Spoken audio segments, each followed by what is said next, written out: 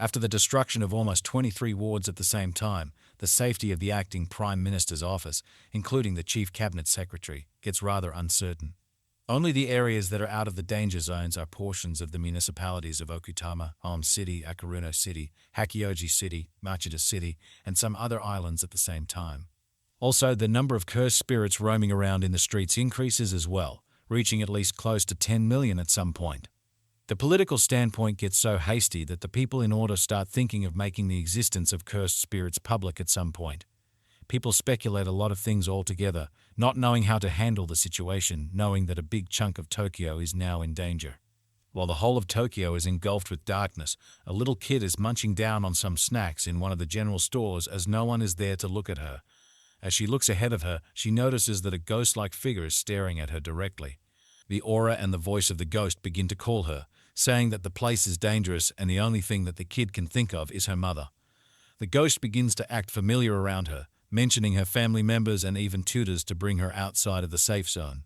When she insists that she hates her schoolteacher and that she doesn't have a little brother, the ghost seems deflected and confused.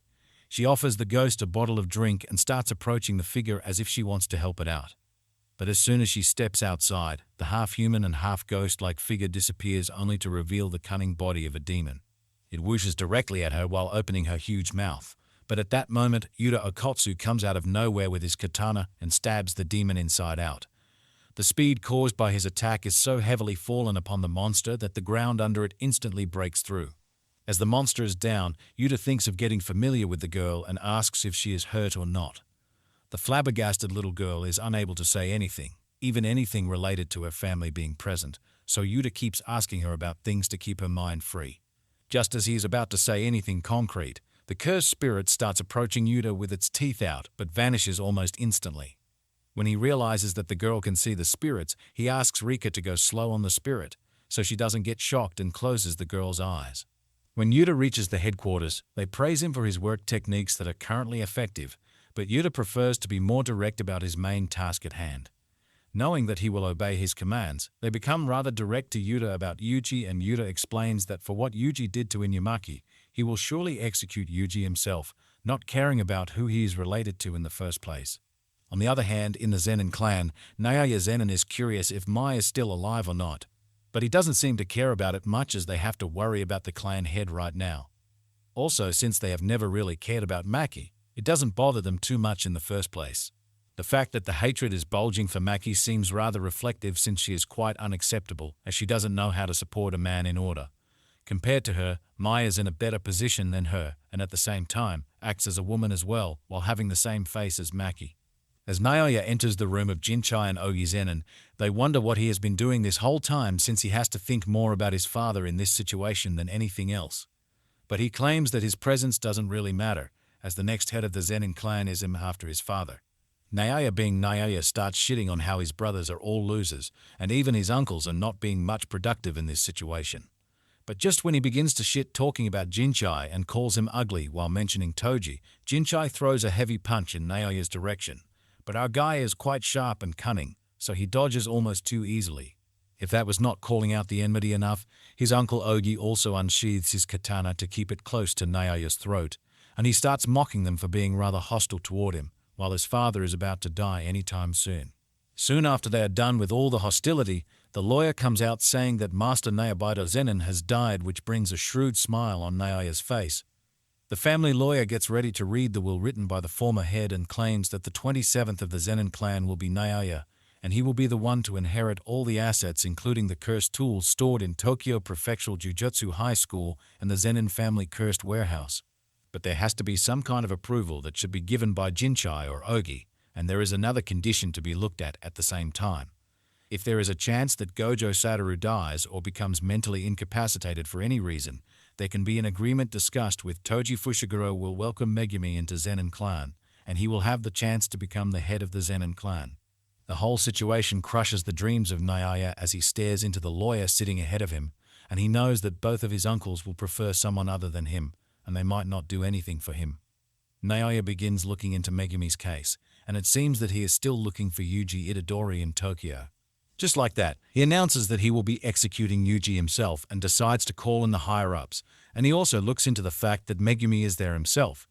Knowing that it doesn't really matter where people die nowadays, depending on the current situation, Naoya thinks of finishing both Yuji and Megumi as the work will be easier for him that way. Also, he thinks it will be easy for him to handle the political side since he is the clan head right now. Yuki, on the other hand, starts looking into the matter and thinks of keeping eyes on the environment temporarily as it seems rather out of hand. As her sole goal is to diminish the light for all the cursed spirits of the world, she realizes that it is time she faces Tenjin herself to see how well it goes in the end. But now the question is, what will Yuji Itadori do in this situation? Choso comes looking for Yuji to see that he is sitting on his own, and despite being hit by a black flash, he is fine. The main issue is that he is concerned about Sukuna taking over his body as the strength keeps growing, and Choso implies that he still can return to Jujutsu High, while he will surely be busy collecting the remains of Shoso and the others. But Yuji explains that he is not concerned about him. He still doesn't know if he wants to return or not, as Sukuna is actively plotting something that involves Fushiguro. Also, the fact that he has killed too many people without even knowing makes it worse. There is no guarantee it will not happen once again in the future. He believes that he can no longer stay with everyone else, acting as a ticking bomb, and he mentions how he also killed Choso's brothers as well. But Choso accepts it to be a misunderstanding and claims that it is not about forgiving or not forgiving. Knowing that there is no time to sit around idle, Yuji instantly gets up, saying that they have to take care of as many cursed spirits as possible. After walking through the bridges of the city, Yuji finds a suitable place to clap and attract cursed spirits that arise from under the waters. Just at that moment, he starts running in the other direction as fast as possible, and he ends up attracting the other spirits while thumping on the ground at the same time. As he avoids them swiftly, more of them begin to crash through the roads and even the flyovers of the city, and they are trying their best to crush him under their feet. Just as he positions himself in the perfect place under the underground roads, he calls for Choso, who activates his blood manipulation technique, piercing blood to target the cursed spirits. In an instant, the blood technique courses through several of them and creates a whirlpool of blood and destruction. As one of the spirits manages to avoid the technique to save itself, Choso calls in for Yuji, who then tears through the flesh of the spirit to place a heavy punch on the sidelines. The duo of brothers then realizes how their power is able to connect and at the same time crush the enemies. Choso sees that Yuji is slowly improving, and Yuji is adding finesse to his fighting style, which consists of fluid control of cursed energy along with unreal physical abilities. Even though he is not fully recovered, he is in his best formation. No matter what, Yuji still doesn't realize why Choso is calling him brother, and Choso now mentions that his father surely had stitches on his forehead. But before Yuji is about to make sense of that, Naoya arrives out of nowhere and attracts Yuji's attention, saying that he cannot see Megumi near him. While he is blabbering like a bastard, Yuji and Choso are both in position, not knowing what is about to happen next. As Naoya mentions to Yuji that he should be running, Yuji doesn't know how to make sense of that, as he still doesn't know what the higher-ups have announced. Naoya then mentions the reality, adding that he doesn't care if Yuji lives or not as long as he gets to clear Megumi out of the line. Even though Naoya mentions that he will start with Yuji, Yuji is very concerned about Megumi, and Naoya becomes clear in front of him with all his intentions. Before Yuji and Choso are able to sense anything, Naoya appears behind them and throws a heavy punch on Yuji's face, only to see Choso in a protective stance later on. As the duo begins to clash with Naoya, he vanishes in thin air, only to leave Yuji, and Choso realizes that he wouldn't be that easy to beat. Despite all the confusion, Choso implies that the vanishing powers could be coming from a specific curse technique, and Naoya is busy wondering who is accompanying Yuji at this point. Just as Naoya wonders about how to handle the complicated duo at this point, all of them notice that the air has changed to something even creepier than the aura of Gojo Satoru. As he looks above him, he notices that Yuta Okatsu is staring at them, estimating the fact that Yuji is not alone after all. But Yuji doesn't really know his identity, and Choso feels like no matter who that person might be, he can already guess his intentions in this situation after all. Before they are about to say anything, Yuta comes down on the ground, crushing the path beneath him, astonishing both Choso and Yuji as they are speechless to see his strength. Upon standing in front of all of them, Yuta wonders and calls out who is actually accompanying Yuji. While Choso and Yuji are speechless, Naoya understands that Yuta has the objective to execute Yuji, so he points out that he is on his side, pointing out the name of Yuta Okatsu. Yuji realizes that Yuta is a caliber of something else, just as Gojo has mentioned to him before, nothing but a special grade sorcerer. As Naoya is busy communicating and manipulating Yuta, Choso implies that Yuji will have to run as soon as possible. While he will be handling Naoya, he claims that Yuji doesn't have to worry about him, so he can think all about getting away from Yuta Okatsu from now on, implying that there are chances that he will die in Yuta's hands. At this point, Naoya reveals all his intentions and feels like he should have stayed shut about Megumi, and they all reach a deal to finalize the situation like civilized people, understanding their own situations. In a split second, the whole environment changes as Choso targets Naoya, and Yuta begins to run after Yuji, knowing that he has to die no matter what. While Yuji realizes that if someone can run after him while holding a drawn katana like that, he can do anything, and Yuta realizes that Yuji is not that easy to handle after all. Choso is annoyed by the fact that they realize he was about to block Yuta, and Naoya begins slapping and punching the heck out of him. Naoya recognizes the fact that Choso has been using blood manipulation and insults him, while explaining that except for piercing blood, the whole technique is rather trash since it needs convergence. Naoya is busy claiming that Choso is more likely to die, and Choso decides to become a gentleman by saying that if he really thinks that he is about to leave this place alive, he must be kidding as he has already hurt his little brother. On the other hand, Yuji is parkouring through the streets like a pro, and Yuta fails to slice him with his katana, feeling that Yuji must have been trained by Maki. Yuji takes the chance to punch the car to hit Yuta directly, having a single chance to hit the guy holding his only chance to leave. Just as he is about to run, the car gets thrown near Yuji, which kind of catches him off guard as no one can expect him to have that physical prowess. Knowing that he doesn't have much strength, Yuta becomes honest, unveiling that he might have more cursed energy than Gojo Satoru himself. Yuta dissects the formation of Gojo. The fact that the Six Eyes technique manages to close the deal to zero makes it rather reflecting, creating a rather difference between the both of them. When he is done talking, Yuta starts slicing while targeting Yuji, and Yuji manages to remember the words of his big brother Aoi to do. But the whole implementation of the right and correct punch becomes rather blurry in front of him, as he sees what kind of caliber Yuta has in him. The fact that his whole body, including his katana, is constantly coursing with cursed energy makes everything difficult. But no matter what, our guy is not ready to accept his early death, as words from his former sensei Nanami ring through his ears. As the next slice whooshes close to his face, Yuji realizes that his face has already touched Yuta's katana and thinks of handling it before anything else happens. No matter what he does by confiding his body with steel, he knows that Yuta will have his chances to mince him into pieces against him. While running through the cars, Yuji manages to find a knife and deflects Yuta's next attack, which makes Yuta wonder how he managed to do that. But knowing that it is something random, Yuta realizes that he doesn't need to fear it as long as it is not infused with cursed energy in the first place. As he remembers the words of his sensei Gojo, Yuji imbues the knife with cursed energy to protect himself. But as Yuta attacks him, Yuji begins to lose blood in the fight, realizing that he is too late as he didn't master the technique. Yuta kicks the heck out of Yuji, and he gets thrown off, all while losing his knife and a part of his body sliced off at the same time. But when Yuta manages to get his katana stuck, Yuji takes the chance to smash and kick it in half, throwing Yuta into the distance. Yuta realizes that it was never supposed to be easy, as long as he is fighting someone who has been trained by Gojo Satoru. Just when Yuji thinks of handling the opponent in hand-to-hand combat, something starts scraping his face from behind, and that cursed spirit is none other than Rika. The grapple is too strong for Yuji, and he is unable to move from there. Then Yuta asks Rika to hold on to Yuji for a while so he can handle the rest. Before Yuji is able to process what is going on, the katana gets struck inside his stomach by Yuta as he apologizes to him for doing this to him. But for some reason, Sukuna starts laughing from the insides of his core, which cannot be for no reason at all. Somewhere else, Naoya and Choso are both clashing against each other, and as something feels off to Choso, Naoya takes the chance to crush him to the nearby walls. No matter what, even after trying to concentrate on the opponent, Choso doesn't get what the guy is doing as the technique feels rather antique and unknown to him. Also, he is unable to control even the blood outside his body for some reason, creating a sticky situation. As Naoya understands his opponent's powerful stance, he asks who he is, only for Choso to reply that he is the brother of 10 siblings. All while the technique of flowing red scale stack begins to act in order to defeat the enemy of his little brother.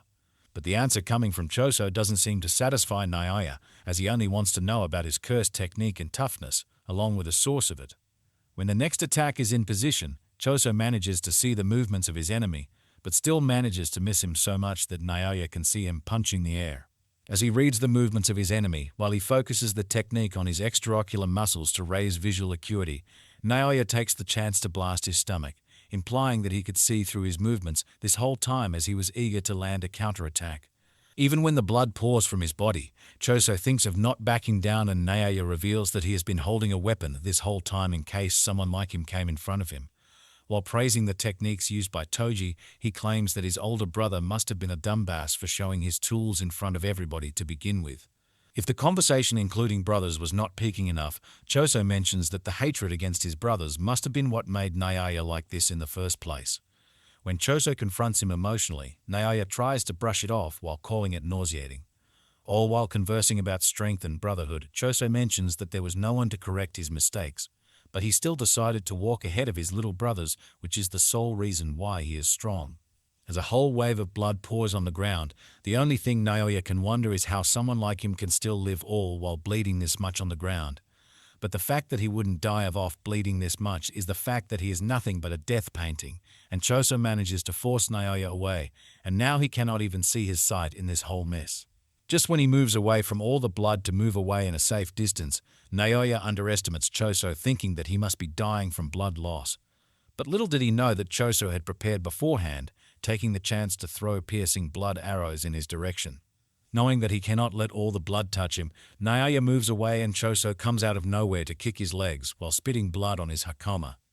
Naoya realizes that he can even control the blood from there, and his whole body feels shaky.